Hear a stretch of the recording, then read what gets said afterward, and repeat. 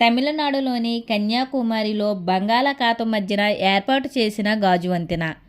సముద్రపై ఉన్న వివేకానంద స్మారక మండపం నుంచి తిరువల్లూర్ విగ్రహాన్ని కలిపేలాగా ఏర్పాటు చేశారు ఈ గాజు వంతెన. తిరువల్లవారి విగ్రహం ఎత్తు 133 అడుగులు. ఈ విగ్రహాన్ని ఆనాటి సీఎం కరుణానిధి 2000 జనవరి 1న ప్రారంభించారు.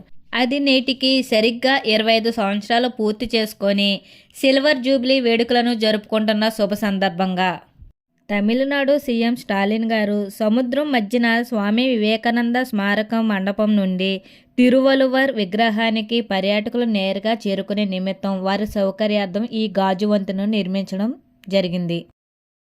దేశంలోనే మొదటిసారిగా సముద్రం మధ్యన 77 మీటర్ల పొడవు, 10 మీటర్ల వెడల్పు, 37 కోట్ల ఖర్చుతో ఈ గాజు వంతెనను ప్రారంభించారు. ఈ ప్రదేశం నుండి మనము ఒకే రోజు ఉదయిస్తున్న సూర్యుడిని, అస్తమిస్తున్న చంద్రుడిని రెండింటినీ కూడా చూడవచ్చు.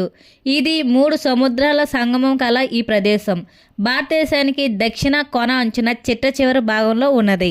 ఈ ప్రదేశంలో హిందూ మహాసముద్రము, అరేబియా మహాసముద్రం, బంగాళాఖాతం అనే 3 సముద్రాల కలయిక గల ప్రదేశం.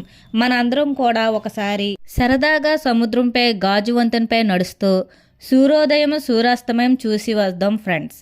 మరిన్ని తెలియని అంశాలతో మీ ముందుకు వస్తుంది education Galaxy channel. Thanks for watching my channel.